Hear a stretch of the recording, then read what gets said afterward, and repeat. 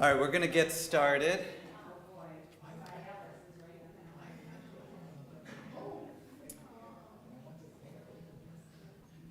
Going to have my in-laws come up here. Mindelle, you're up here. This is my in-law, Mindelle Pierce, and Ira. Ira, you're coming up here too. We want to welcome you here to Congregation Shir Shalom. This is a People of Book event. So those of you joining us virtually, this is an annual event run by the Jewish Community Center where they invite authors in to come and have conversations. And it is my pleasure, we're going to invite in my in-law, Mindelle Pierce, and her husband Ira, all the way from the Jersey Shore, by the way, of Penn Station. We slept at Penn Station. Yeah, you don't want to know the whole of it. So if they nod off here, they literally slept at Penn Station last night. That's because the lock in my Bronx apartment got stuck, and it was too late for the superintendent to couldn't wake him up. And my neighbor was sleeping or didn't care, and we had no choice. But they're troopers, they're game for this kind of thing. I told them the only 80-year-olds that was sleeping at Penn Station. So this is also the final night of Hanukkah. So why don't we have actually Lauren and Wendy from our HERO, the co-sponsors our Holocaust, how do we say it? Holocaust Education Resource Organization, which is HERO. And they are my heroes, and they go in not just to do Holocaust education, but also to help educate people in Western New York about Judaism itself. So if you could be our lighters of our final night of Hanukkah, and Boaz, you want to help them with the matches over here? And Cantor Frank will lead us in the blessings.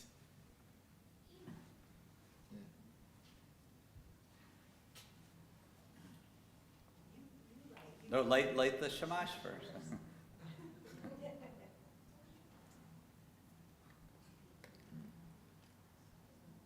Baruch atah Adonai Eloheinu melech haolam Asher kirshanu b'mitzvotav v'tzivanu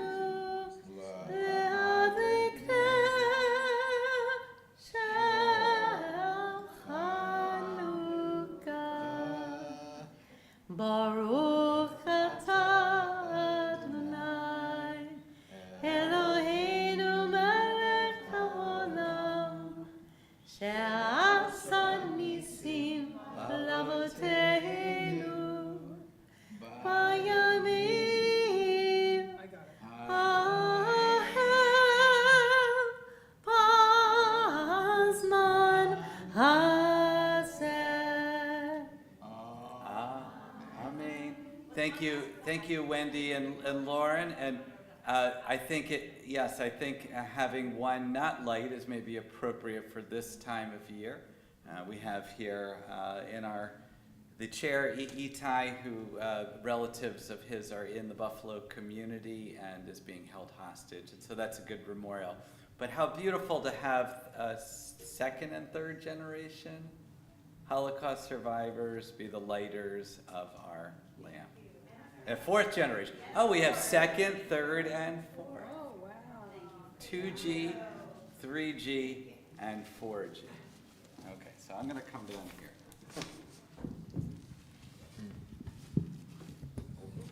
All right, Mindelle, there we are. We're going to have a little conversation here.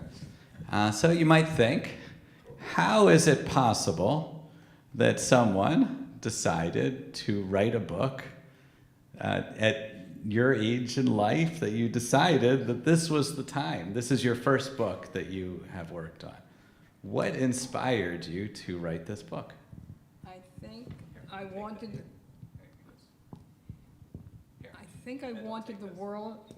Okay, my parents talked about their Holocaust story a lot to my brother and myself growing up in a positive way, almost like a light that came out of the Holocaust, because they found love and they found each other. And I decided that since they had a story of love, perhaps there were other people who also had love stories. And we're very involved, because we live in New York, with the Museum of Jewish Heritage in Lower Manhattan. And we go to many of their programs, and we're involved very deeply with them. And one person started telling another, who started telling another, and they said, please interview me. Please interview me. And I interviewed everybody on video, whether it was one we did in the Macy's bedding department, because they were living on an airplane and I had to get the interview. It was somebody who was here in Buffalo, was a speaker from Germany. Was it anyhow. Saul Messenger was one of the people that you Yes, and interviewed? Saul Messenger. So I was very inspired to spread. Thank you. Is this better? Is this better? We're all confused here. And then Michael Berenbaum, who was Yeah, before you tell the story, this book actually started here. yes, And it started in a beautiful way at the Shabbat dinner table of Michael Birnbaum. Michael Birnbaum was here because he was the college roommate or suite mate of Erwin Gelman, Cantor Erwin Gelman, who also works over at Roswell. And one Shabbat, when Noam over there was just born, Michael Birnbaum was in honor of his friendship with Erwin, and we needed a Shabbat place for my in-laws who are Shabbat observant. And what happened is that Mara Coven-Gelman and Erwin Gelman opened their home to my in-laws and were very gracious and hosted them. And they also had Michael Birnbaum at their Shabbat table. And so what happened at that table? This is how it all began, right? well, we started talking, of course, at the table. And who else was there from your community? Saul Messenger was yes, there he too? Yes, he was there. And of course, we were talking Holocaust. And I started to get to know Michael Berenbaum. I started to talk to him. He's the founding director of the United States Holocaust Museum in Washington. And I said, I have an idea. And I told him what my idea was. I said, my parents fell in love during the Holocaust, and there must be other couples who have love stories. I would like to write a book about love in the Holocaust. And he said to me, Mindelle, I would like to write your foreword, because nobody to this point looked at a spark of light, like the lights, and as I'm looking at the Hanukkah over there with the lights of the candles, nobody looked at a positive from the Holocaust, and you found love. And that's how these stories develop. I am now formatting these stories for 13-year-olds and making a book for young teenagers is the next project of this book. Oh, yeah. You mentioned the bedding department of Macy's. I was involved in that, and it's a funny story. It's a wonderful story, but how is it connected to, I'll tell the story, but you tell me first, if you can, if it really was connected to those people from Germany, was connected to here. Well, we do have a lot of German Jews here. I'm not sure if it was here. There's Oh, okay. Macy's all over. Okay, well, just to tell the story, these people had a great story, and we got some writing about it, and they were about to leave New York City to go back to Germany. And we're trying to figure out where to meet them. You know, Penn Station, oh, you love Penn Station. But it turned out that the Macy's bedding department would be quiet, so we can take the video and not make any noise. I think the bedding department would be quiet. Well, it turned out that it was very, very quiet, and and the story went very, very well. But I was a little insulted because as they're getting going, I set up the camera and I did everything like a good husband would do. And Mindelle comes over to me and secretly says to me, "Get rid of the husband and you. Just go. Tell him something, whatever." And so I wasn't part of the, she got rid of me. And so I had no idea how important it was, but I got to know the husband, who was not Jewish, and it was a mixed couple, and but the story, you got to read the story of this couple. What's the name? They were here from Germany, and this guy just happened to be the president of a free school, just like Cooper Union, where I teach, and we were talking up a storm while they were interviewing. So that in itself was quite a story. All right, so let's go back to the beginning. This was not just about love stories. This is about a particular love story, and it's a love story that's pictured on the front cover of your book. So what is that love story that is really resulted in you? Right. That's the love story of my parents, Razel and No, Jake. This is Picasso. No, but my mother went. The reason my parents survived the Holocaust is that my mother went by herself with 3 women to Paris, to the Paris World's Exposition. At the Paris World's Exposition was Picasso's very, very most famous mural of protest, Guernica. And that Guernica, which is my mother saw in Paris, is, we'll pass around. We have 2 copies of the mural, the protest mural. You'll see, here, thank you. You'll see that there are children being separated from their parents. A world is turned upside down. Animals are being killed. And this happened in Guernica, in Spain, and it was Picasso's feeling, I must tell the world what happened. We cannot let this happen in the rest of the world. It did happen in the rest of the world, but we were privileged to see this painting. It was brought once out of Spain to the United Nations, and Ira and I saw it at the United Nations. It's called Guernica, but you can look. All right, so in Paris, this was in 1938. Yes. In Paris, your mother, as a young woman, was coming there, and tell us how your mother Rose, tell us how she met your father Jack. My mother was in Paris. She had a specific time on her passport, which we have at home, that says you have a limited time as a tourist to live in Paris. You may not work. You can live here because of the World's Exposition. So she lived in Paris during that time, and she's sitting on 40 Boinard Street in Paris, and Ira and I visited this house, and I'll explain that in a second. And she's sitting there saying, what am I going to do? I don't want to go back to Poland. My sister just wrote a letter to me, and we have the letter at home. It said, Razel, Rose, do anything. Never step foot in Poland again. So my mother's saying, what can I do? What can I do?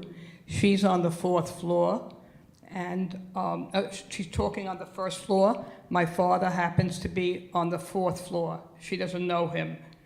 The woman she's telling the story to says, there's a man in the 4th floor. His name is Jack Nashman. I heard he is petitioning his uncle to sponsor him to come to America. He will help you. He will help you figure out how you get through this massive paper trail of forms that you had to fill out. You had a myriad of forms to fill out that were all dated, so some of them lasted 30 days. If you didn't get all the paperwork in, you started the process all over again. Purposely made very difficult by America. America was delaying. They did not want people coming in, and they made it extremely difficult for people to get into the United States. All right, so Rose Razel came up to see Jack? The lady sitting with my mother said, I will go upstairs to the 4th floor. I will bring Jack down. He will help you perhaps see how to navigate the system and fill out all this paperwork to get a sponsor. In those days, you needed a sponsor, a person who would show their income tax returns in America and would vouch to financially take care of that person. If the person didn't have a job, if that person had an emergency, you, the sponsor, were responsible. So people didn't want to take that responsibility upon themselves. So Jack came down to meet my mother, and we were in that building. We got in, that's another long story how we got into the building, and we actually spoke to a woman who was 92 when we went there 15 years ago, and she knew my parents. So it was an unbelievable story that she actually knew my father and mother when they were courting. And she was still alive, and we interviewed her because we take our video camera, which used to be very big. I don't know if you remember. Video cameras used to be very, very large, and we always schlepped. We didn't care about our suitcases, our underwear, our clothing. We needed the video camera, and we always had that. Shira knows that. We took it all over, and we interviewed whenever we could. My father, we would interview him on the bus, we would interview him on an airplane, wherever we could get him to talk, and so that we would have the treasure of having his life story with us. And we are very blessed that we do have them, and we gave them to the museum.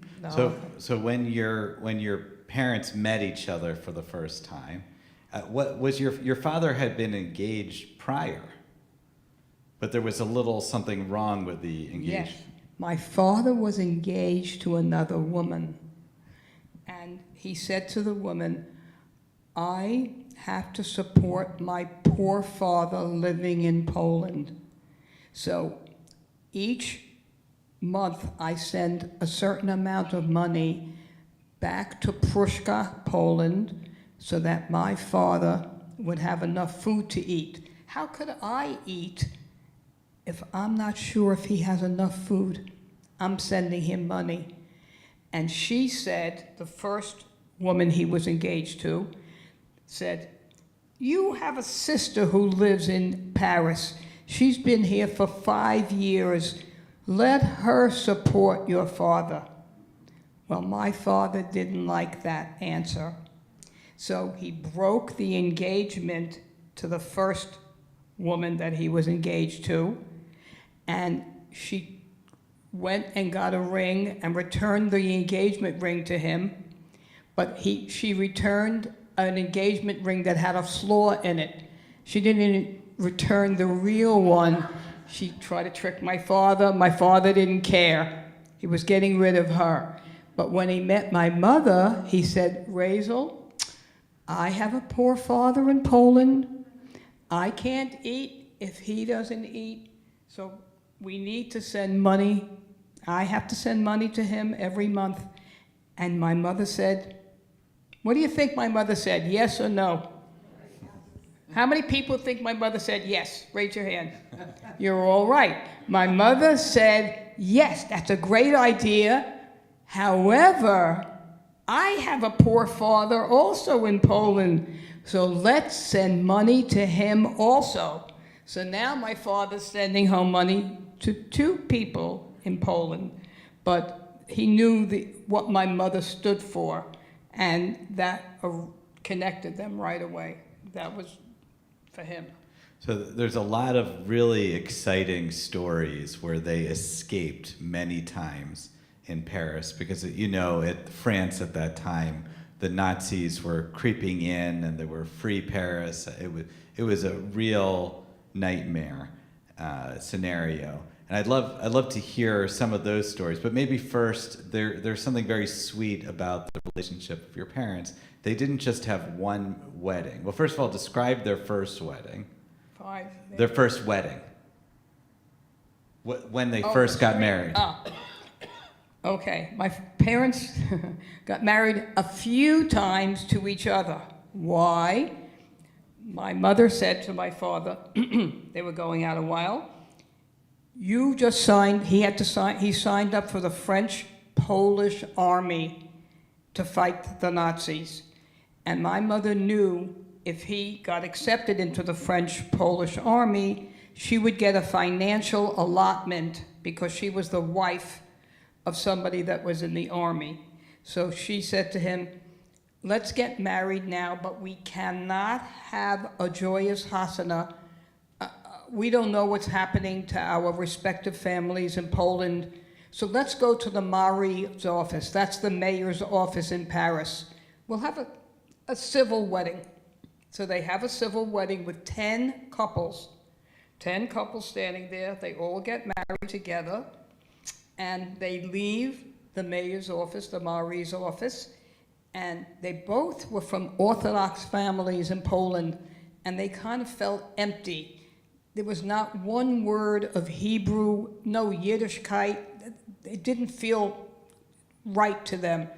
So my father saw down in Paris, down the Champs-Élysées, a man, short, as he described, wearing a black suit, a black hat, with a book under his arm. And my father said, Kim Razel, I want to talk to him.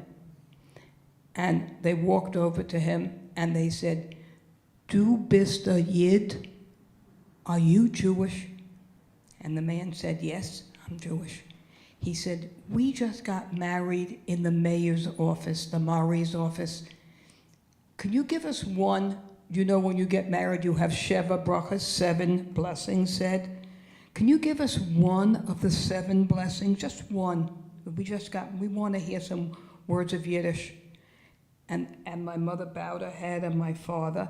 And instead of giving them one blessing, he gave them the Sheva brachas, all 7. So they call that their street wedding. So now they're married, and they spent their wedding night in a bomb shelter, and they were bombing Paris at that time. They spent their wedding night there. They managed to get on the last boat out of America. The name of the boat is the Navamar, and it made the front page of the New York Times. A ship of hell arrived in New York in 1941, a cattle ship. There were cattle, there were animals on the boats with my parents on the ship. 3 levels of bunks they slept on, made from the orange crates from Seville. The boat left Seville, and the orange crates were what they used to make the places where everybody slept, because it was a freighter. It was not a boat for people. And they wanted to, Hayas wanted to squeeze in as many people as they could on this boat.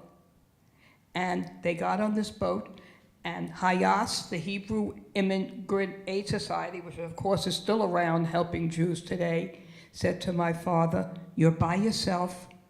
There's wealthy Germans mostly in this ship. You stay with this one rabbi who rescued a bunch of boys from Poland to bring to Brooklyn. Stay with him. So my father stayed with this rabbi, but my father would never let my mother out of his sight. I mean, Shira knows he was always very cognizant of his surroundings and of the people that he loved after the trauma that he went through of the Holocaust. So finally the rabbi said, "Who's that lady that's hanging around? This is only for boys and men. We don't want her." So he said, "We're married." He said, "You're married? You didn't tell me you're married." He said, "Yes, I'm married." He said, "Show me your ketubah." My father said, "Ketubah?" It was the middle of the war. I'm glad I got married. I got married in the Mari's office. Then I had the street wedding. I got some blessings. He goes, "No, no, no. I'm marrying you on the boat."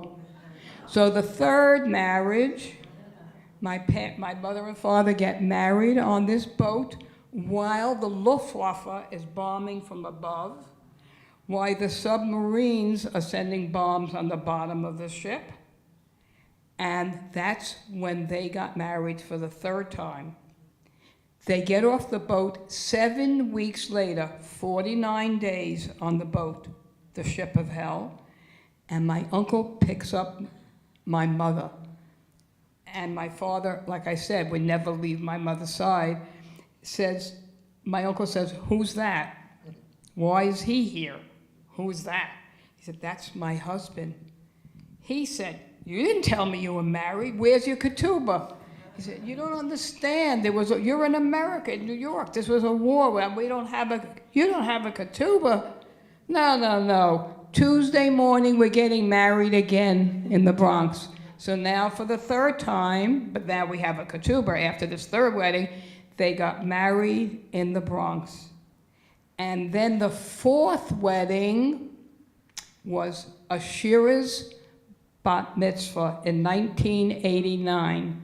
Ashira had a bat mitzvah, and I said, "Your bat mitzvah is on the anniversary of my parents.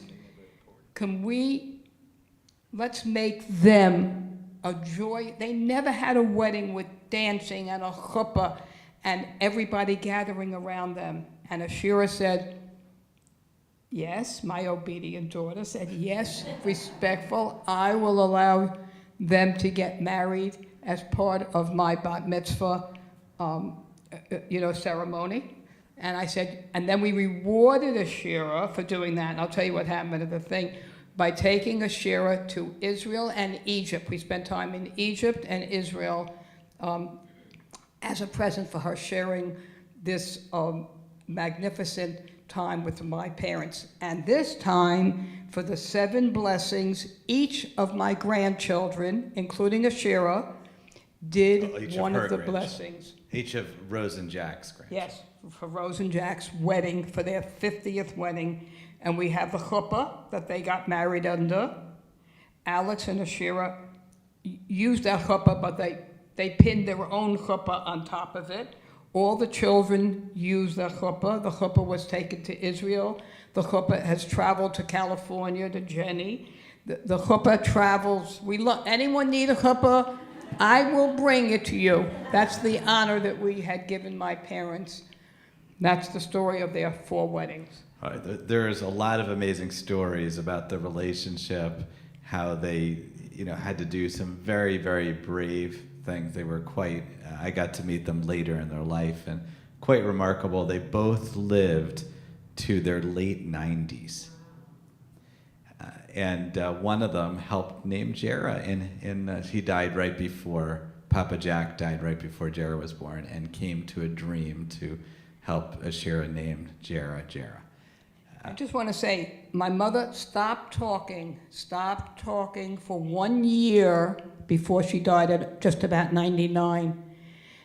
And I finally she did not cry at my father's funeral, who had just died. I said, "I'm taking her back to the cemetery." So the 2 of us, my mother and myself, I drove to the cemetery in northern New Jersey, and I kept on saying, "Mommy, we're going to visit Daddy. He died. He just died. He's not here anymore, but we're going to visit his grave."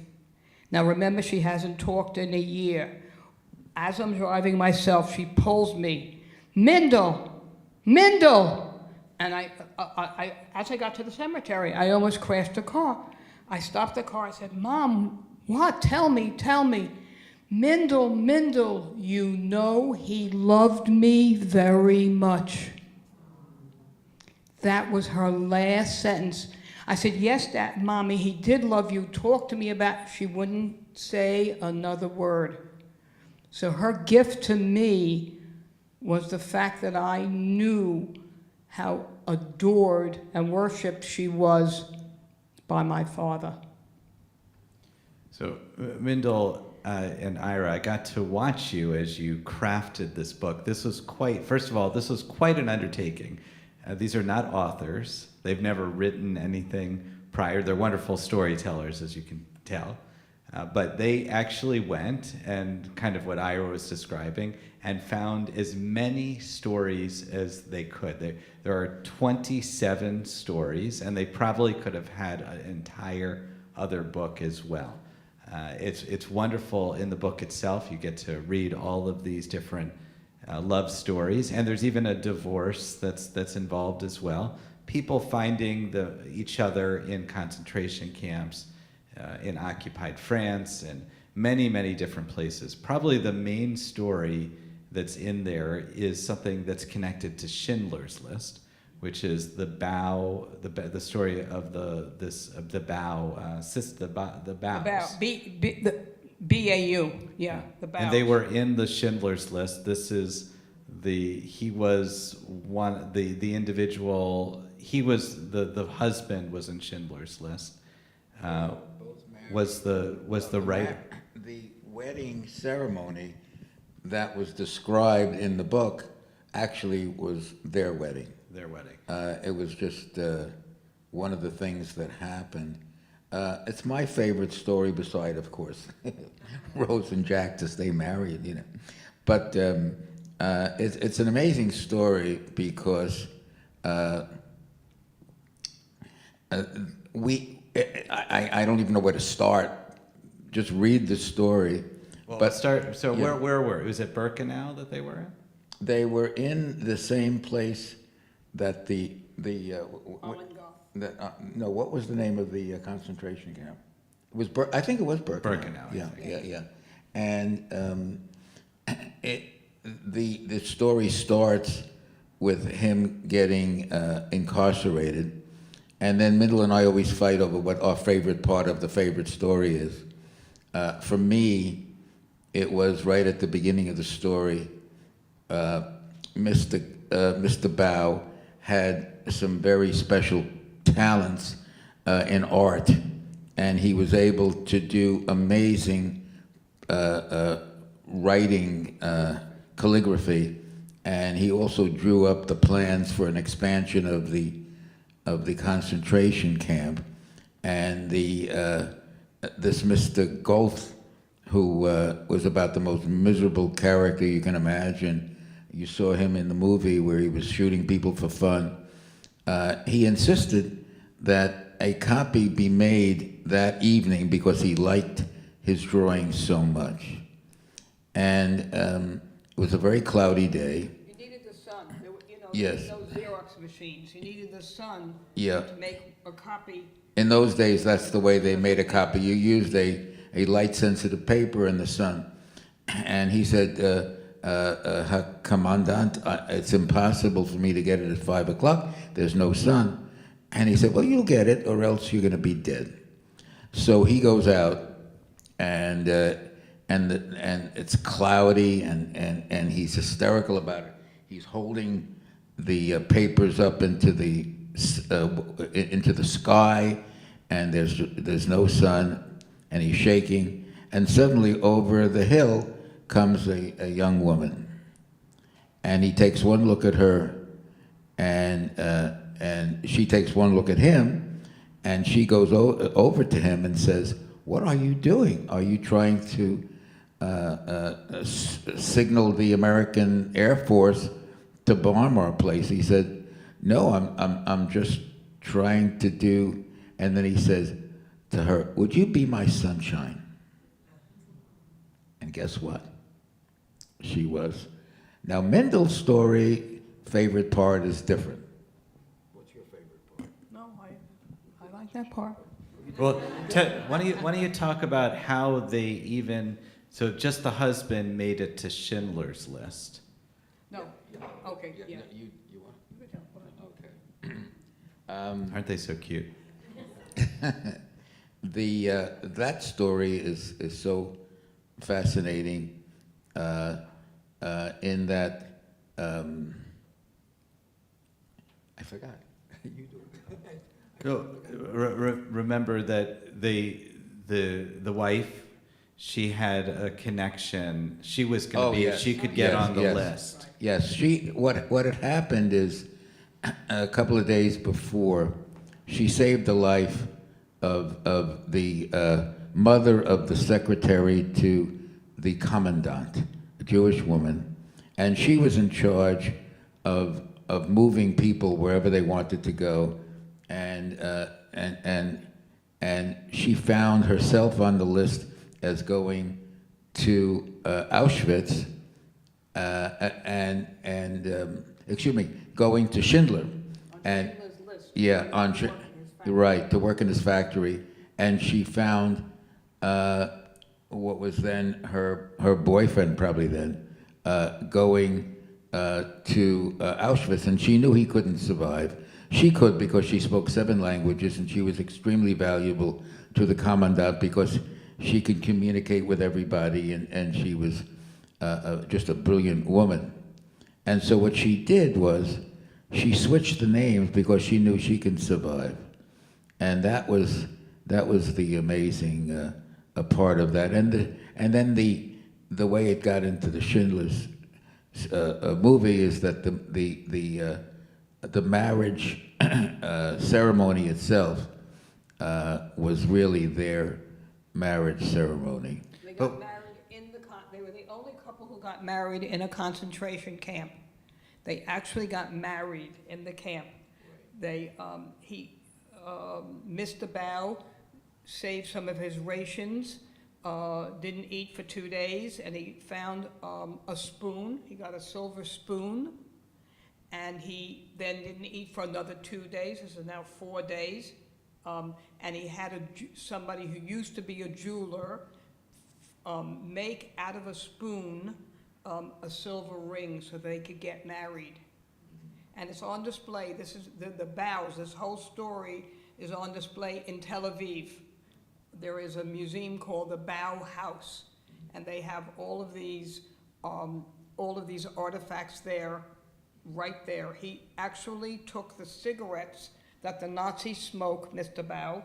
He picked them up after they walked away, and he made a little book of love poems to give to his girlfriend, Rebecca. And this book of love poems, she took with her. She was sent to Auschwitz. She took it to Auschwitz. It survived the war, and it is on display in the Bauhaus. We were there in Tel Aviv. And to me, we also had something to do with the story at the very end of the story, because Mindelle had a friend who was working for the Israeli Mossad group, and we found out from the girls, the daughters who told us the story, by the way, on videotape, that his story was kept secret by the Mossad. What was the secret part? The secret part was that he was very, very much involved in getting When Eichmann was extradited from Argentina to be brought back to Israel to be put on trial, Ben-Gurion wanted him on trial. Do you remember he was in a case? He was in a glass case so people wouldn't try to kill him. It was televised. And he wanted him on trial in Israel. So they had to get him out of Argentina and bring him back to Israel. Bao forged the papers. They changed how he looked. They made a new visa for him, a new passport, and they smuggled and they made him sick, so he was kind of semi-conscious.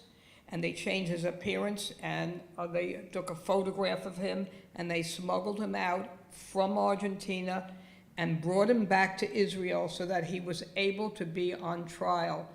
And the thing that really got us was that the Mossad never released that information about him. They kept it secret that he did all the calligraphy, all of the work to make. So there was a traveling exhibit about Eichmann. Right. And I was very upset when I saw the exhibit in the Jewish Museum in Manhattan because I knew Mr. Bao did all of the work to get him out. I said, why wasn't he given credit? So I called up the Mossad, we know somebody there now, and I said to him, why hasn't he gotten credit? And he said, I will talk to my superiors and we will see what we can do. And now when the exhibit travels, if you get a chance, it'll be back again. You will see he gets credit for forging the papers, so. He also became like he became like a cartoonist in Israel, Yes. right? He was called the Walt Disney of Israel. Walt Disney. And what Mindelle did with the Mossad, I was extremely proud of her for being able to change history. So there's another truly remarkable part about the story. There's a lot of twists. It's definitely worth reading, and you need some tissues for it. Is that the husband, this cartoonist, never knew that his wife had saved him. And he only found that out when they were preparing for Schindler's List, the movie. And Oskar Schindler came to visit them. And it came up, the daughters said he's his grandfather, the two daughters were sitting there. They had two daughters, the Baos. And it came out that Mrs. Bao crossed her own name off the list of people who would be saved by going to Schindler and put Mr. Bao's name on the list. So he went, everybody wanted to go help Schindler. So Mr. Bao went to help Schindler, and she still stayed in the camp. And to Auschwitz. And he didn't know that. She never told him. And it only came out well after the war when Oskar Schindler came to visit the Baos and visit Israel. He stopped in, and that's how they found out.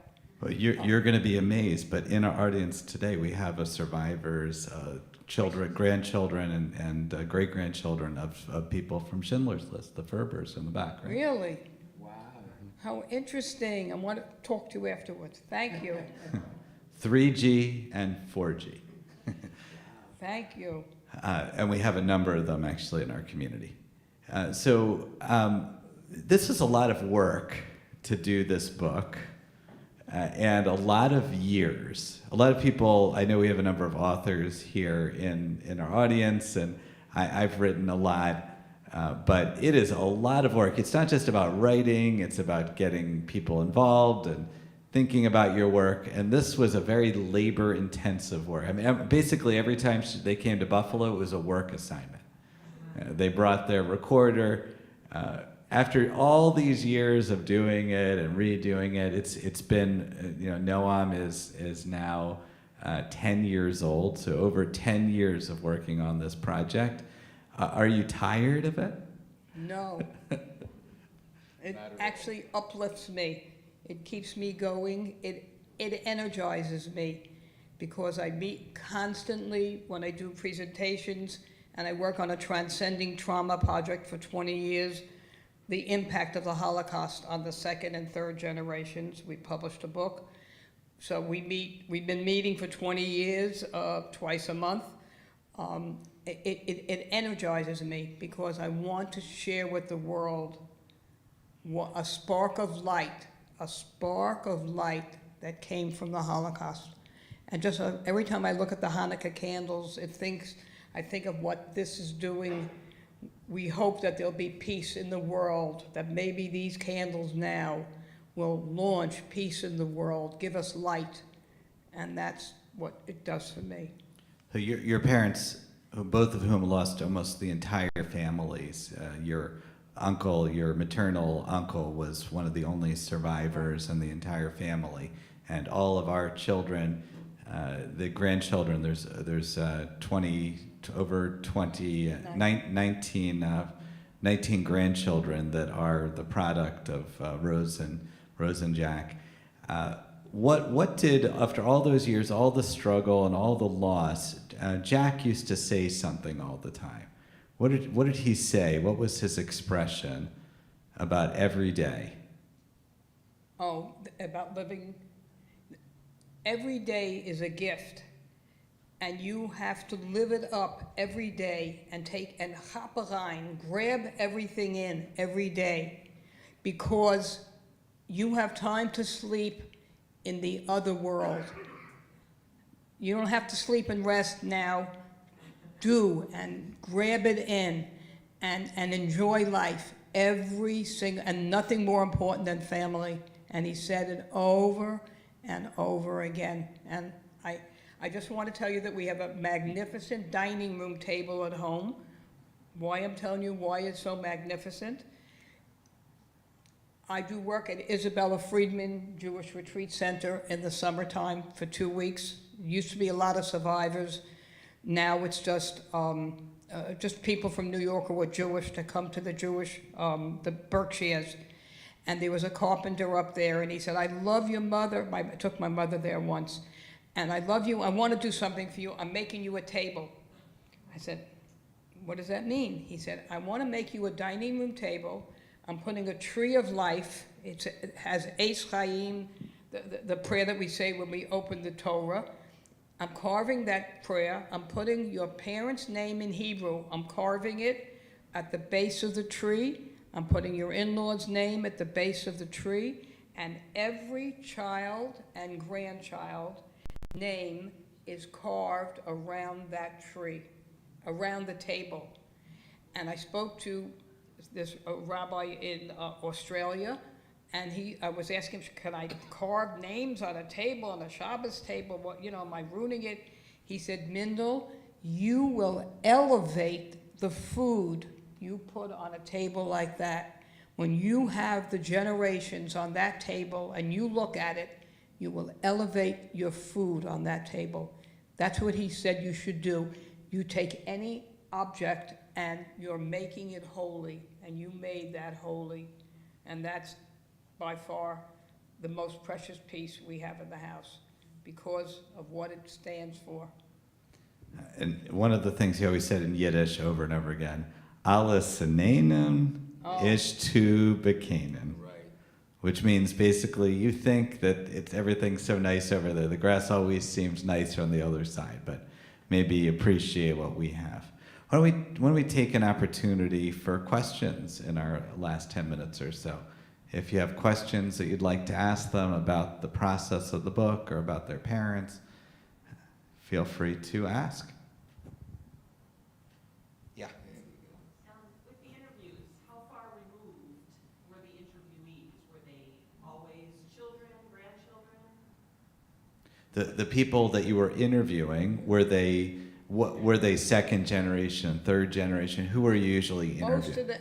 I tried in most cases to interview the survivors. So most of them were the survivor interviews. Then the children of survivors also were interviewed. So I interviewed the survivor and many times the children of survivors. And I had other people who did interviews in the book. I mean, Eva Fogelman was one of them who did interview. She wrote her own story in the book. And who was the other person who wrote? There are another two people. Aviva Kempner, she is another one, and I'll think of the third one. But I did both as much as I can, the survivor and the child of survivors. Other questions? Yeah, Sheila.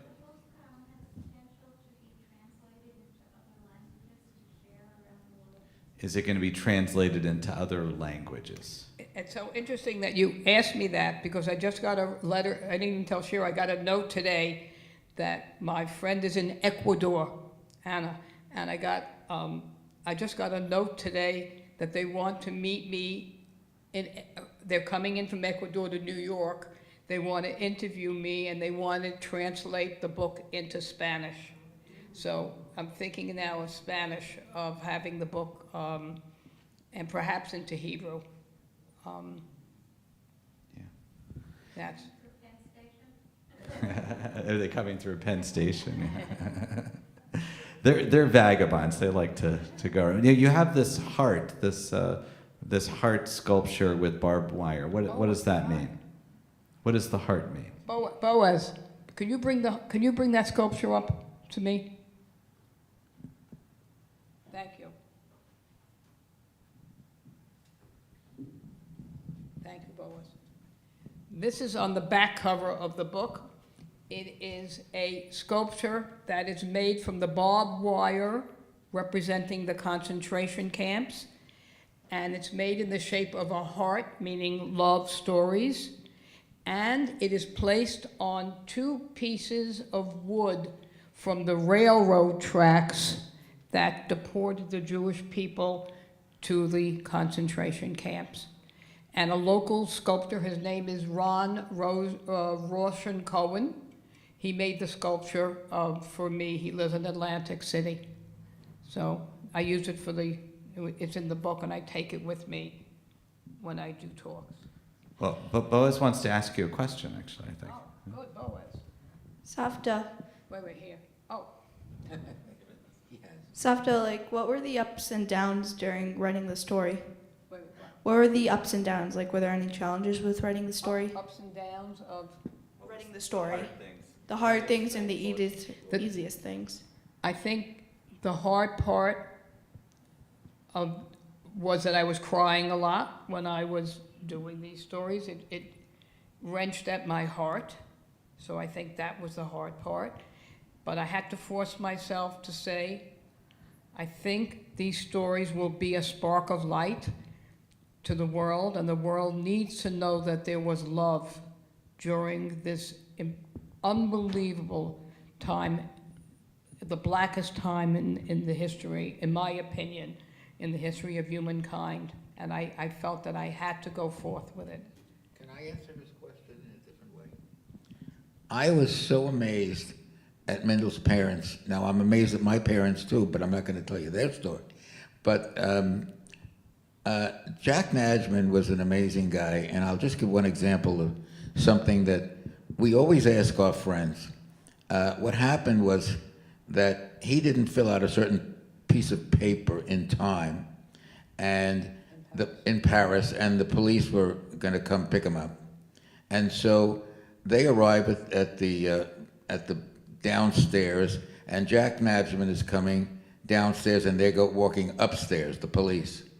And they intercept him, and they ask him, do you know a Jack Najman? No, he's Jack Najman. Yeah, and he is Jack Najman. And they ask him, and I've asked so many people, and what would you have responded? You want to take a guess? What would you have said? He said, no, right. And almost everybody says, I don't know who he is. Leave me alone. But no, he said, of course I know Jack Najman. He's on the 4th floor, and he's in apartment so-and-so. And they checked the piece of paper. Say, sure enough, he went out and saved his life. My father on the Yes. 4th floor.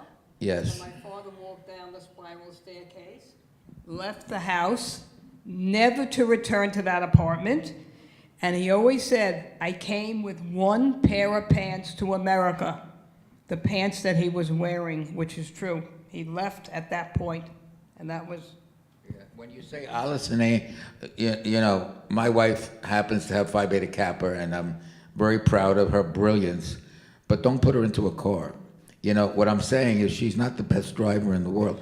And so that was what the rabbi was just talking about. You mean your son-in-law? Because they're you know, my son-in-law, the rabbi, and but the brilliance that allowed him to survive under situations that were just beyond anything. I mean, he's sitting on the train. He doesn't have all his papers. The police come up, and they're just about to interview. I'd probably run. And he sat there hopefully something would happen, and something happened. The train bell rang, and they went out. And the Germans ran off. In other words, he had the ability to survive, and I don't think Mindelle and I do compared to them. So that was Boaz the has thing one that got me. more, Boaz has one more question. These are So to just a quick answer, what, like, if you were to say something to, like, so, and nothing like that ever happens again, what would you say? If you were to say something to the world, so nothing like what Grandma and Papa went through, what would, He's saying, what's your final message to not let this happen again? Excellent question. I never even, what's my final message to the world? I think there are many messages to the world, but one of the messages, and we didn't even get into the story of how my father saved my mother and other instances, and my mother saved my father. I think once you've found love, that love can be found as, like I say, as a spark of light, no matter where, how dark the circumstances are in your life, in your world, you still can seek out and find love. That's what I would say. Well, I think that's a beautiful place to stop. We'll have a chance to hear from Mindelle and Ira. And Mindelle, we brought Joanne arranged for your favorite cheesecake, and Cantor Mark as well. So thank you on behalf of our Congregation Shir Shalom, the Jewish Community Center, and the HERO, Holocaust Education Resource Organization. I'm getting better at it. The books are available, both hardcover and softback, that just came out in October. And for all the proceeds will go directly to HERO, $36, and this is their donation to our community. $36 for the hardcover, $18 for the softcover. The Congregation Shir Shalom will handle the money to get over to HERO. But please eat some cheesecake, have some love stories, and please, happy last night of Hanukkah. And look, we made it through. The candles are gone. So it's no longer a fire hazard.